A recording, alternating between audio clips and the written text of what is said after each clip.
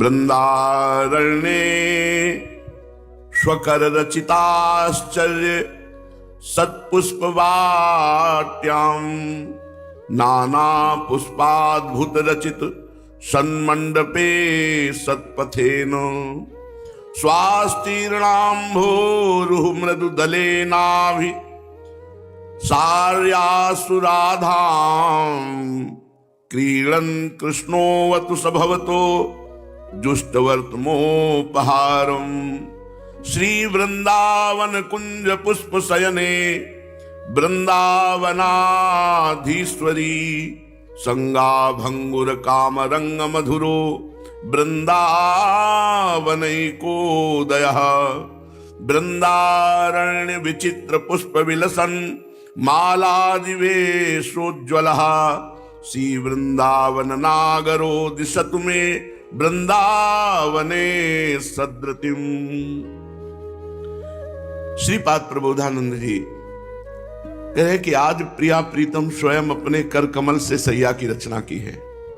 प्रायः सखियां सैया की रचना करती हैं, कभी कभी प्रीतम अकेले सैया की रचना करते हैं।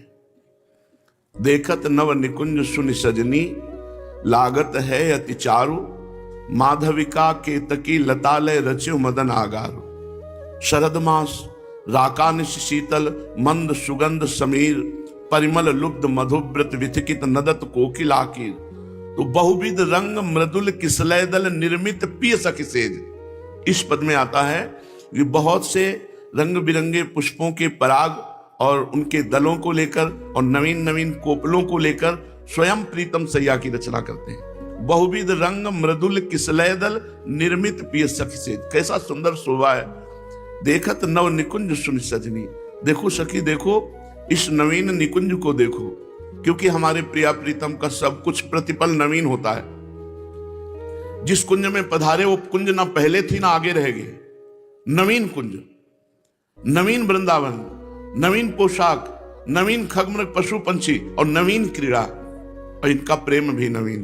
नयो नेह नव रंग नयो रस नवल श्याम वृषभानु किशोरी नव पीतांबर नवल चुनरी नई नई बूंदन भींजत गोरी नव वृंदावन हरित मनोहर नव चातक बोलत मोर मोरी नव मुरली जू मल्हार नई गति श्रवण सुनत आए घन घोरी नव भूषण नव मुकुट विराजत नई नई उरप लेत थोरी थोरी तो जैसे हित हरिवंश आशीष देत मुख चिर जीवो बहुतलिया। जिनका सब कुछ नया है, इनका प्रेम भी नया है, इनकी क्रीड़ा भी नई। ऐसे नवल किशोर नवल किशोरी सुखी रहे, चिरंजीवी रहे, आनंद से खेलते रहे। तो देखत नव निकुंज सुन सजनी, हे सखी देखो इस नव निकुंज को तो देखो। देखत नव निकुंज सुन सजनी लागत है अति चारु, कितना सुंदर लग रहा है नवनिभृत निकुंज की ये जो लता है केतकी और माधवी की, इसने कैसे सुंदर लता भवन का निर्माण किया है। देखत नव निकुंज सुन सजनी लागत है अति चारु माधविका केतकी लताले रच्यो मदन आगारु। ऐसा लगता है साक्षात कामदेव ने अपने कर कमलों से माधवी और केतकी की लता से लता भवन का निर्माण किया है। और सखी देखो शरद मास है, छिटिक चांदनी छाई हुई है, शीतल मंद सुगंध वायु बह रही है और स्वयं प्रीतम ने अपने कर कमल से पुष्प और नवीन कोमल पल्लवों का चयन करके सैया की रचना की है। बहुविध रंग मृदुल किसलय दल निर्मित पी सखी सेज। और कभी कभी दोनों प्रिया प्रीतम सैया की रचना करते हैं, कभी सखियां सैया की रचना करती हैं, कभी केवल प्रीतम सैया की रचना करते हैं प्रियाजू के हेतु, और कभी प्यारीजू और प्यारेजू दोनों परस्पर सुख के लिए सैया की रचना करते हैं। 50वां पद नवल नागर किशोर मिली, नवल नागर किशोर मिली कुंज कोमल कमल दलन सिज्जा रची। नवीन किशोरी जू और नवीन किशोर जू, और दोनों नागर नागरी परम चतुर हैं, समस्त कलाओं में प्रवीण हैं, आचार्य हैं। तो नवल नागरी चतुरता की सीमा नवीन किशोरी जू और नवल नागर प्रवीणता की सीमा नवल नागर जू।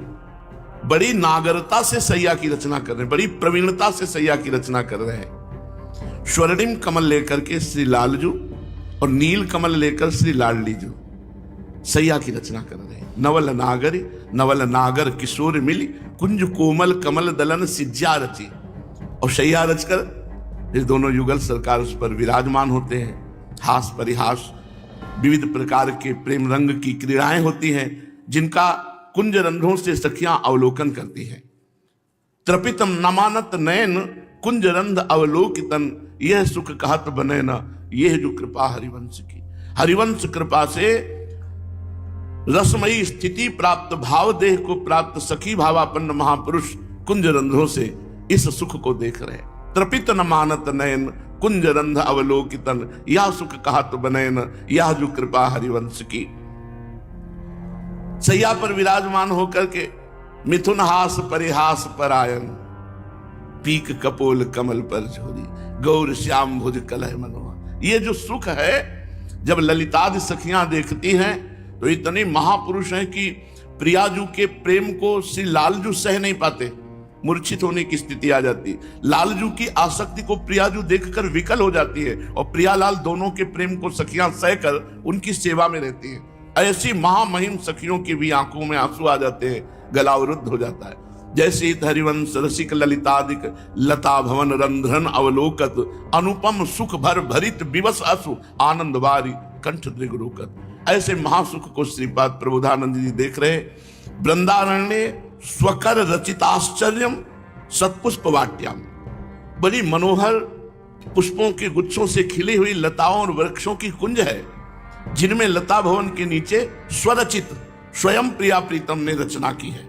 या ऐसा भी कह सकते हैं स्वरचित, स्वयं लताएं ऐसे झंकृत हो गई हैं कि उनके पुष्प और पल्लव आदि की सैया बन गई है।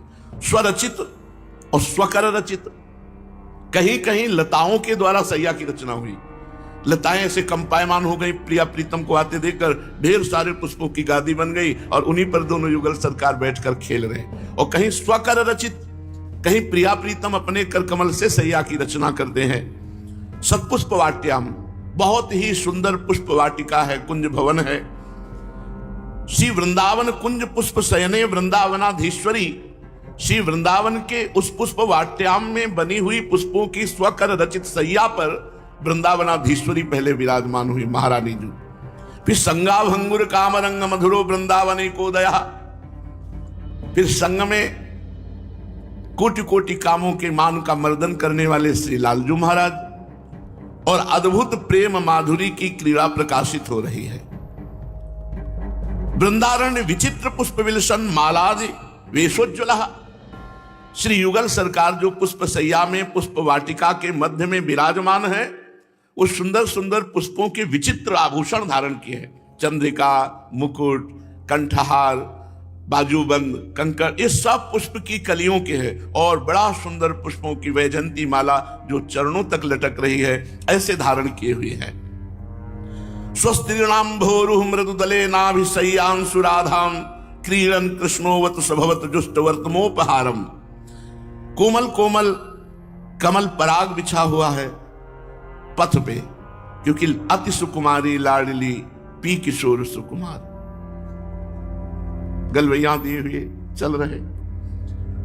कहीं हमारे प्रभु के चरणों में कुछ चुभ न जाए, इसलिए वायु ने यह सेवा की।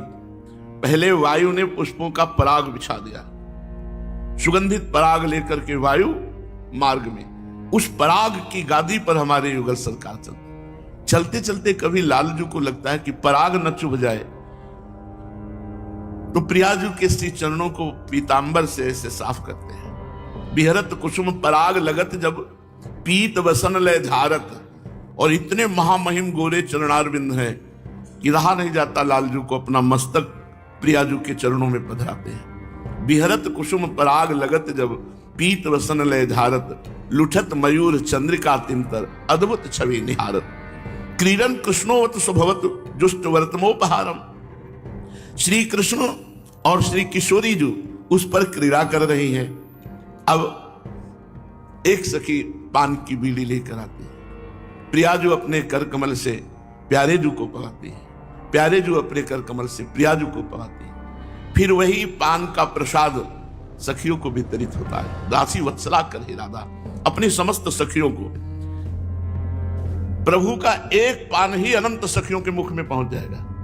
एक पान का प्रसाद ही समस्त सखियों के मुख में पहुंच जाएगा, क्योंकि सब सखियां एक मन वाली, एक रुचि वाली। प्राण दिखाई दे रहे हैं सबके अलग अलग, लेकिन दोनों के युगल ही प्राण हैं। जैसे गोपीजन कहती हैं, कान भय प्राण में, प्राण भय कान में, ही में न जाने पड़े कान है कि प्राण है। तो ऐसे सखियों के श्यामा श्याम प्राण हैं, श्यामा श्याम प्राण। श्यामा श्याम ने एक एक पान की बीड़ी पाई और अनंत सखियों ने प्रसाद पाया। युगल सरकार के दर्शन सब सखियों को होते हैं, सब सखियों को सेवा मिलती है। बड़ा अलौकिक अचिंत्य विषय है कि प्रिया प्रीतम दो और सेवा करने वाली अनंत सखियां, और किसी के ईर्ष्या नहीं, किसी के अंदर ये ईर्ष्या नहीं कि ये तो प्राया सेवा में आगे, सबको सेवा। अगर ललिता जो पान की बीड़ी पवा रही तो सब सखियां पान की बीड़ी पवा रही, ऐसा अनुभव हो रहा है। अगर कोई सखी जल पवा रही तो सब सखियों को अनुभव हो रहा है कि मैं जल पवा रही, क्योंकि सब एक मन वाली है। और वहां के जो शरीर हैं वो ऐसे देह नहीं है कि जैसे खड़े हो जाओ तो पर्दा हो जाएगा, हमारे पीछे क्या नहीं देख सकते, आर पार देख सकते हो। अनंत सखियों में जो सबसे पीछे सीधे श्यामा श्याम दिखाई दे रहे हैं, कोई भी सखी बीच में आड़ नहीं है, सब सखियों को श्यामा श्याम अपने सामने दिखाई दे रहे। एक पान की बीड़ी पाई कि सब सखियों के मुख में प्रसाद पहुंच जाता। ये लिखा पढ़ी की बात नहीं कह रहे, ये श्री जी की बात कह रहे, जो श्री जी बता रहे वो बात कह रहे, ये हमने पढ़ा नहीं कहीं। हमसे कई बातें ऐसी होती है जैसे कोई कहे किसका प्रमाण, तो इसका प्रमाण हमारी छाती है, लिख लो, तुम नया प्रमाण लिख लो। श्री प्यारे जो शैया पर जब विराजमान है और ये दर्शन जब होता है और जब उनकी कृपा से उनकी प्रसादी मिलती है तो करोड़ मोक्ष सुख तुच्छ हो जाए, ऐसा महासुख है। अब इस महासुख के लिए हम सबको बुलाया गया है। सच्ची मानिए, हमारी सामर्थ्य, हमारी तपस्या, हमारा भजन इतना नहीं कि हम परम पावन महामहिम श्री वृंदावन धाम के वासी बने और नवल किशोर की हम उपासी बने, इतनी सामर्थ्य नहीं। अरे पूरा जीवन न जाने कैसे कैसे व्यतीत हो जाता है साधन के जंगल में, शास्त्रारण्य में भटकते भटकते पूरा जीवन। ये तो श्री जी की करुणा को खींच के किनारे लगा दिया, बस महारानी जी की ठसक आ जाए। ये रस केवल मिलता है श्री जी की ठसक से, और कुछ नहीं। आप बस कुछ नहीं, तुम जैसे हो बहुत बढ़िया हो, हमारी श्री जी के लायक हो तभी तो पसंद किया है। क्या लायक हो? हम नालायक है, यही पसंद किया। हम किसी लायक नहीं, इसीलिए हमको श्री जी ने पसंद किया। अब हमको श्री जी में हो जाना है। क्या श्री जी में हो जाना है? मेरी महारानी श्री राधा रानी, ये ठसक, मेरी महारानी, ये अंदर की बात, गाओ चाहे ना गाओ, ये अंदर हो हमारी श्री। सत्य कहते हैं, सत्य कहते हैं, परम सत्य कहते हैं। कोई भी तप ऐसा नहीं जो श्री जी को रिझा सके, कोई भी साधन ऐसा। इसीलिए हरिवंश महाप्रभु कहते हैं, सर्वेषु साधन वरेषु चिरम निराश। बस एक, केवल एक, हमारी श्री जी, हमारी लाडली जो, हमारी प्यारी जो। और बात देखो, जाके बल में सब सो तोरी, लोक वेद कुल कानी, मेरी महारानी श्री राधा रानी, मेरी महारानी श्री राधा रानी। जिनके बल से न मैं वेद सिद्धांतों के अनुसार चलता हूं, न लोक सिद्धांतों के, न लोक रीति, न वेद रीति, न कुल रीति, सब छोड़ दी। क्या पाया?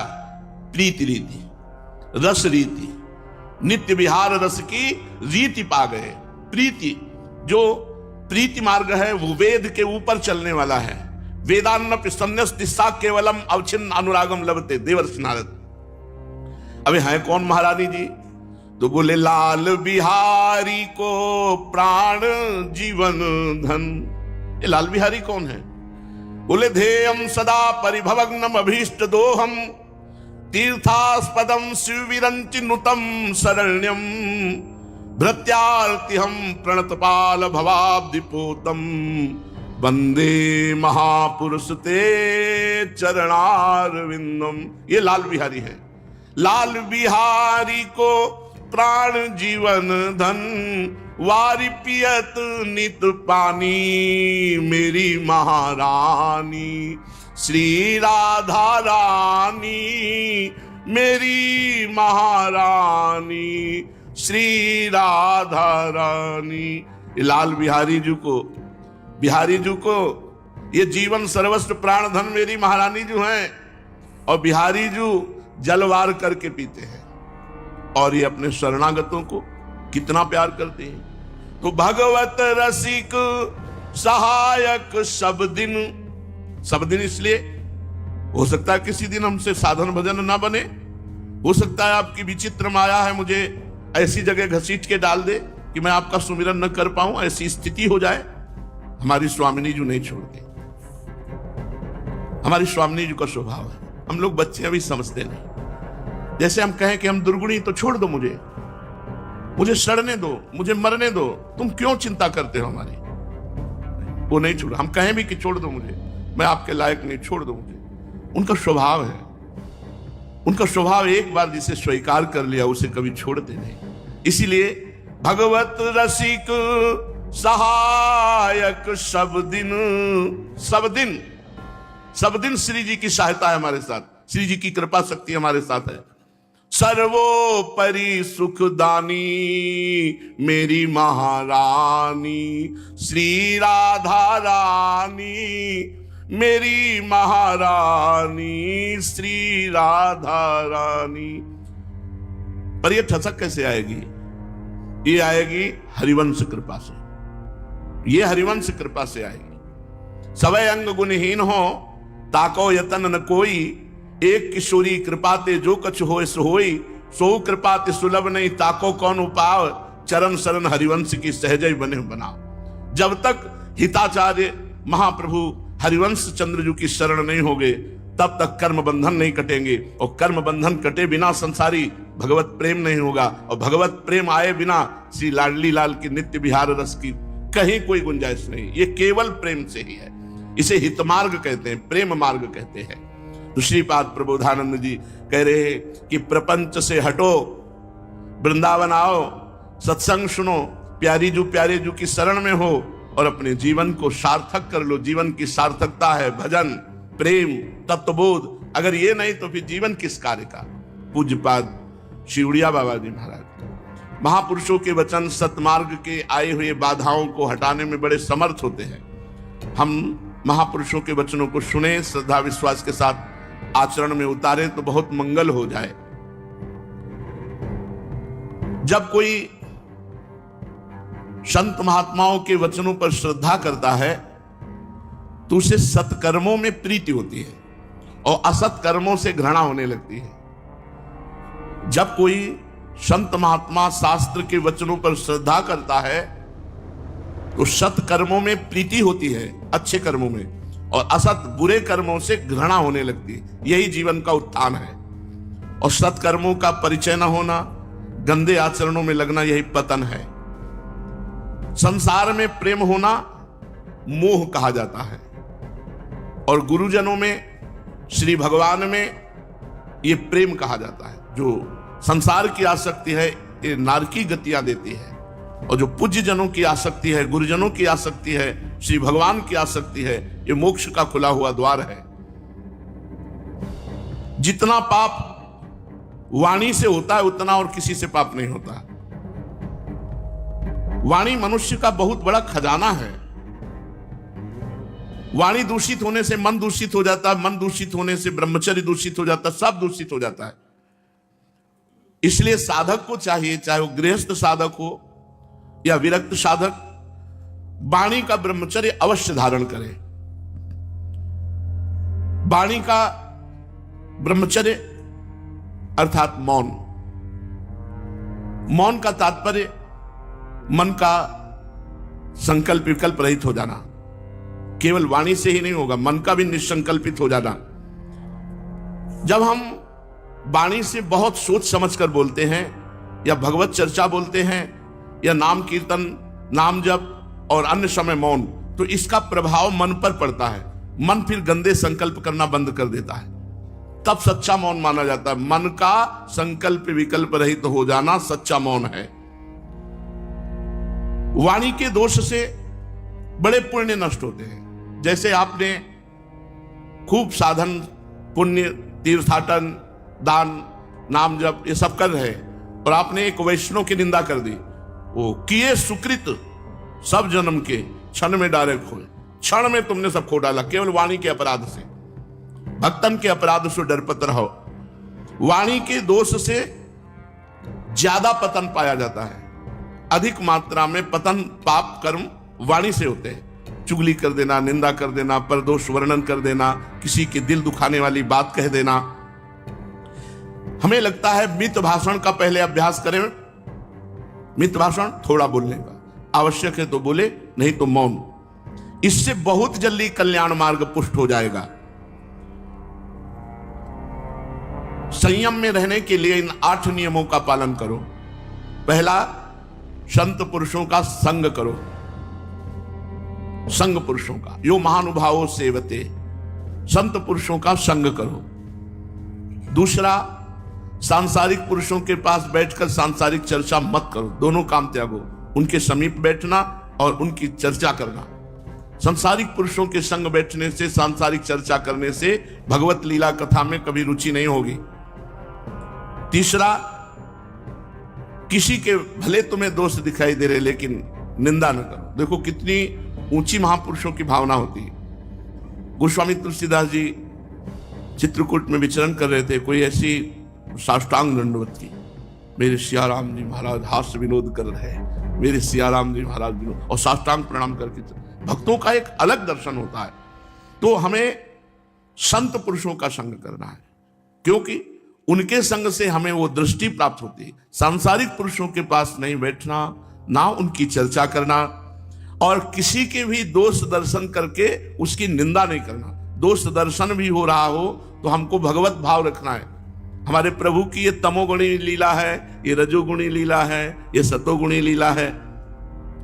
और अपनी निंदा सुनकर कभी क्षोभ नहीं करना।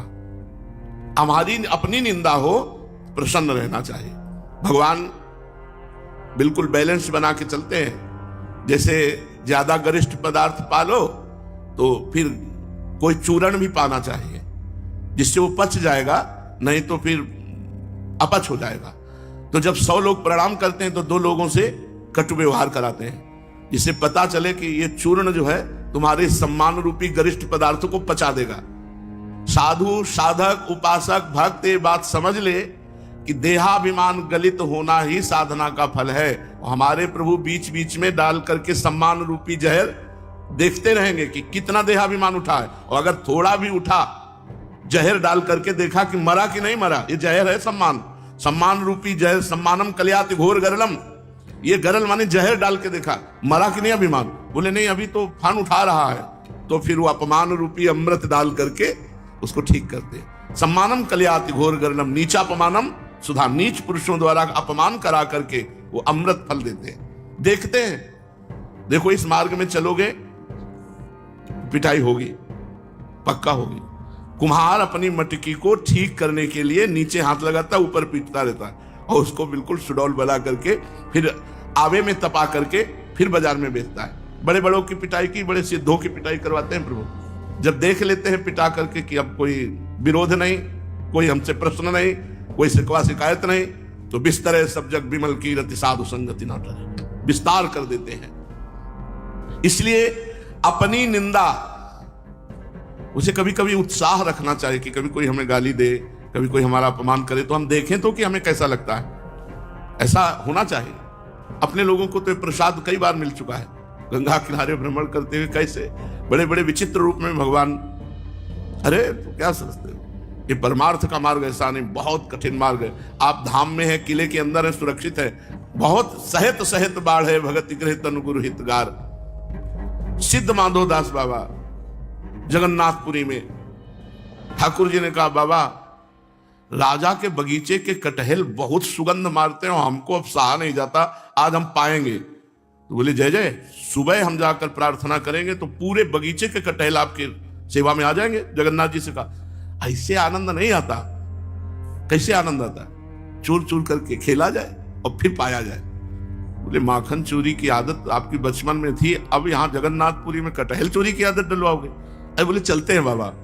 बोले जब आप साथ हो तो हमको क्या दिक्कत है, बाउंड्री फंदवाई और आप तो 9 किशोर। बोले बाबा ये पेड़ बहुत बड़े बड़े कटहल लगे। बोले जय जय आप चढ़ जाओ नीचे, हम बोले हम नहीं चढ़ेंगे, हम नीचे रहेंगे। तो हम बोले हम बूढ़े आदमी ऊपर कैसे चढ़ाओगे प्रभु? बोले नहीं तुम्हें चढ़ना आता है, हम जानते हैं, चढ़ो। चढ़ गए, जो पका कटहल डाला तो कहा वाह वाह कितनी खुशबू है, कितना अच्छा। अरे बोले आवाज करोगे, पहरेदार है राजा के। फिर वो वाला कटहल इतनी जोर से बोले कि पहरेदार भाग के आए, भगवान अंतर ध्यान हो गए, फंस गए बाबा। अब पीटे 2-4-10 डंडा मारे, पीटे, उनको बांध के ले गए और सुबह जब दरबार में पेश किए तो राजा उतर के साष्टांग दंडवत हुआ और अपने सैनिकों का तुम्हारा दिमाग खराब है, कौन नहीं जानता इनको नीलांचल में, ये सिद्ध महापुरुष, इनको क्यों लाए? बोले महाराज ये कटहल चोरी कर रहे। बोले बाबा क्या लीला है? बोले क्या बताए, वो कह रहे थे कि कटहल चोरी चोरी करके खाने में ज्यादा अच्छा लगता है और हमको चढ़ा दिया, आप हल्ला मचा दिया, पिटवा दिया हमें। पूरा बगीचा जगन्नाथ जी के नाम, पूरा बगीचा। वो अपने जनों की ऐसी लीलाएं करते रहते, ऐसे खेलते रहते हैं। अपनी निंदा सुनकर क्षोभ ना करना, मतलब गुस्सा ना दिखाना, या नहीं, अंदर नहीं होना चाहिए क्षोभ। अब कितनी बड़ी बात है, कितनी बड़ी बात है। अपनी भरपूर निंदा सुनकर के हृदय में क्षोभ ना होना, ये साधना का फल है, ये साधना का फल है। हमारे पास छवि रखी हुई है पूज्य स्वामी श्री अनंग बोधाश्रम स्वामी, क्या एकदम दिगंबर हर समय। वो कभी कभी एक वकील साहब थे, वो बांटा करते थे कपड़ा, रोटी, मिठाई ऐसे। तो गंगा जी के किनारे किनारे चलकर कभी कभी उस पंक्ति में लग जाते। तो वहां हर 15 दिन में बड़े आदमी थे, उनके गार्ड बदलते रहते थे अमुक अमुक जगह। तो जाके जैसे खड़े हो जाते तो फिर 3 आदमियों के आगे खड़े हो जाते, फिर उनको क्रॉस करके 3 आदमियों को, तो गार्ड आकर 2-4 थप्पड़ मारते। एक जगह खड़े नहीं, क्योंकि नंग धड़ंग ऐसे पागल जैसे दिखाई देते। वो जब बांटने वाला आया, उसने कहा स्वामी अनंग बोधाश्रम, जाके साष्टांग दंडवत हुआ। अब गार्ड तो भयभीत हो गया। स्वामी जी ने कहा नहीं, ये हम अपनी चेकिंग के लिए आते हैं। हमको कैसा लगता है जब हजारों लोग दंडवत करते हैं और फिर जब कोई एक थप्पड़ मारता है, गाली देता है, तो कैसा लगता है, ये कैसे हम जानेंगे? तो ये हम यहाँ चेक करने आते हैं। महापुरुष जन अपनी हृदय की क्षमता को देख। पूज्य राधा बाबा को सब में भगवत भाव था, लेकिन अंग्रेजों में नहीं। जहां अंग्रेज को देखते तो क्रोधित हो जाते, क्योंकि भारत स्वतंत्रता में वो भी जेल गए थे, अंग्रेजों का अत्याचार देखा था। तो गोरे अंग्रेजों को देखते ही बाबा की भ्रकुटी चढ़ जाती। उनका ये तो बहुत गड़बड़ है, सब जगह भगवत भाव हो गया लेकिन इन अंग्रेजों में भगवत भाव नहीं होता। तो बाबा ऐसी जगह बैठे जाकर के जहां अंग्रेजों लोग निकलते थे, सन्यासी, सर मुड़ाए, गेरुआ वस्त्र पहने। अब भगवान का भाव करना तो हर अंग्रेज में भगवत भाव करके, हे गोरे भगवान आपकी जय, बार बार प्रणाम। अब उनमें से एक अंग्रेज आया, बाबा की चांद पे से ऐसे मारा, गोरे भगवान आपकी जय, थूक भी दिया, गोरे भगवान आपकी जय। बाबा ने कहा कि जब उनके द्वारा की हुई प्रतिकूलता हम सह गए, उनमें भगवत भाव किया, तो अपार आनंद हुआ कि अब मुझे संसार में किसी से भी द्रोह नहीं रह गया। ये हमें देखना होगा, केवल अपने मानने से थोड़ी कि हम संत हैं। हमको ये लक्षण लाने होंगे। जब हमारा कोई अपमान करे, कोई निंदा करे, कोई अवहेलना करे, कोई थूके, कोई कुछ भी करे, और हमारे अंदर उसके प्रति अहित भावना ना कर भगवत भावना हो, तो मानो कि हम आगे निकल गए, उत्तम भूमिका पे आ गए हैं। नहीं तो बहुत कठिन बात है। सबते कठिन जाति अपमाना, कोई अपमान करे बहुत सबसे कठिन बात है सह पाना। ये बहुत कठिन बात है सह पाना। 5वां, सबको सम्मान देने का स्वभाव बना लेना। अभी हाथ जोड़ने का ऐसा स्वभाव बन गया है, सबको जोड़ते रहते। जैसे कोई अपने लोग बात करते तो जी बोले महाराज आप हमसे क्यों हाथ जोड़े, हम कब करे तो क्या करे, वो जोड़ते, बैंड बज रहा तो भी हाथ जोड़े खड़े।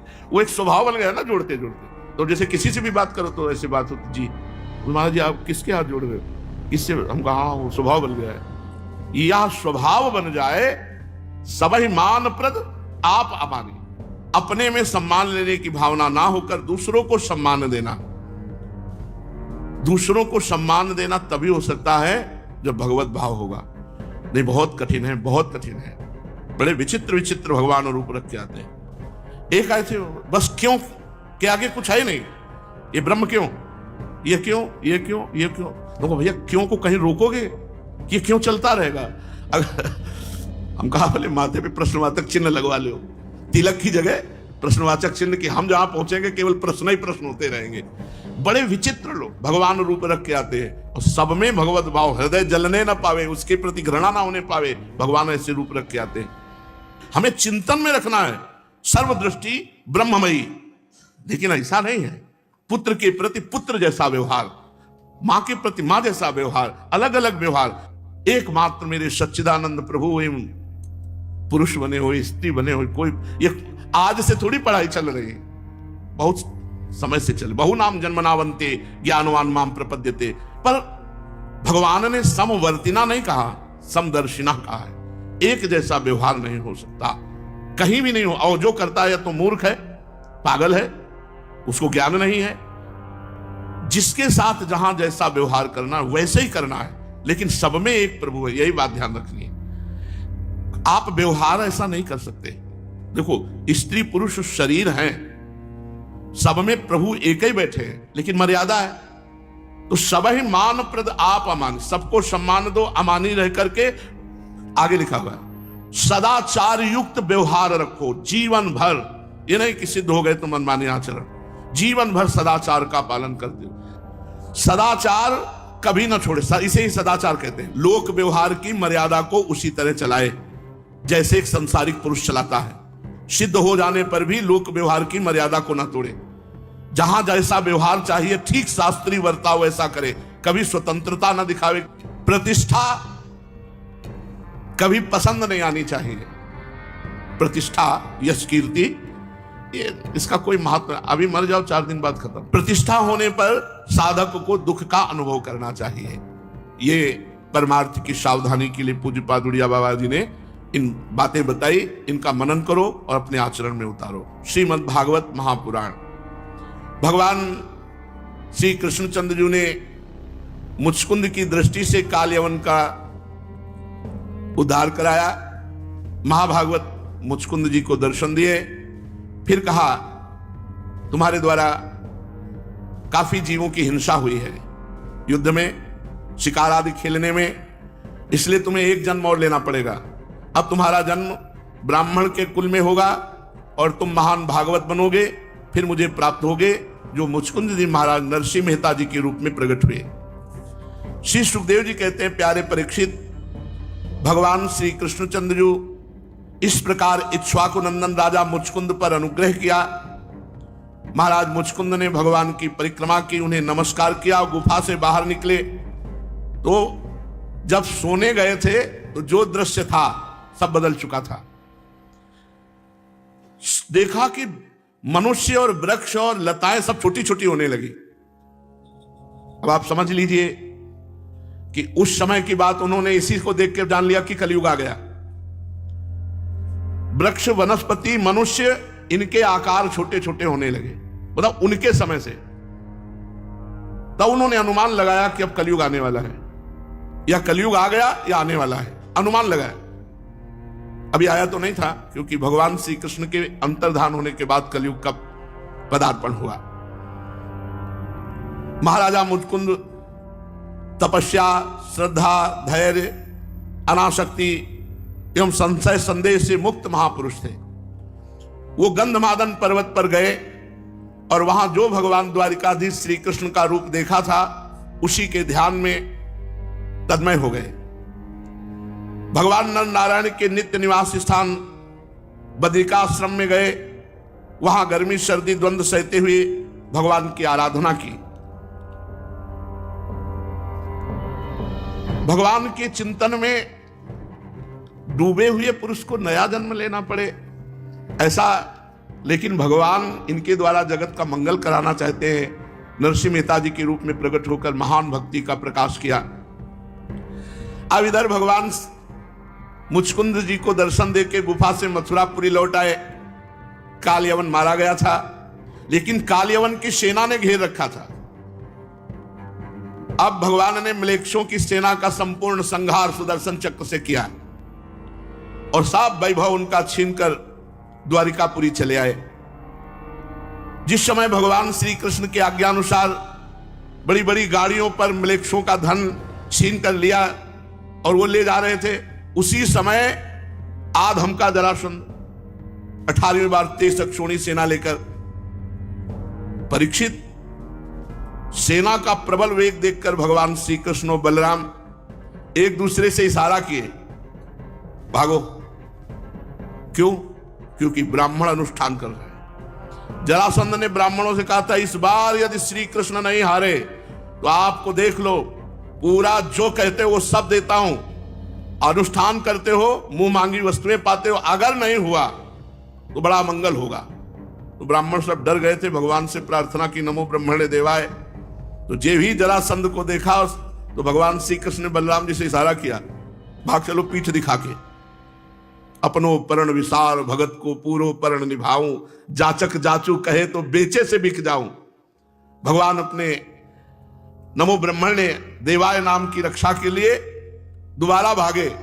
पहले तो भागे काल्यवन के ललकारने पर, यद्यपि भगवान के हृदय में कोई भय नहीं है, फिर भी भय का नाट्य करते हुए सब धन संपत्ति वहीं छोड़कर भाग पड़े। पीछे जरासंध बड़ा आनंदित हुआ, जरासंध अब की बार भागा, जगत जानेगा कि जरासंध कितना बलशाली है। कमल दल के समान सुकोमल चरणों से कई योजन पैदल भगवान श्री कृष्ण और बलराम जी भागे।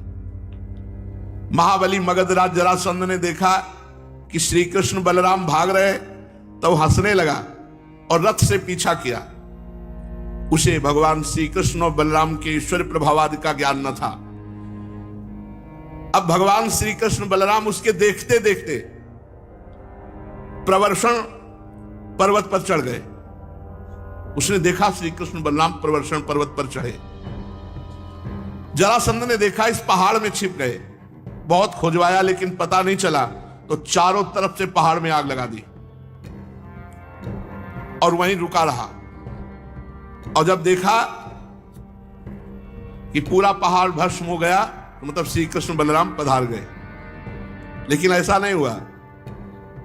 11 योजन 44 कोस की छलांग मारी भगवान ने। 44 कोस, 11 चौको 44 कोस छलांग मारी और सीधे द्वारिकापुरी में, प्रवर्षण पर्वत से सीधे द्वारिकापुरी। और वो समझा भस्म हो गए। जरासंध ने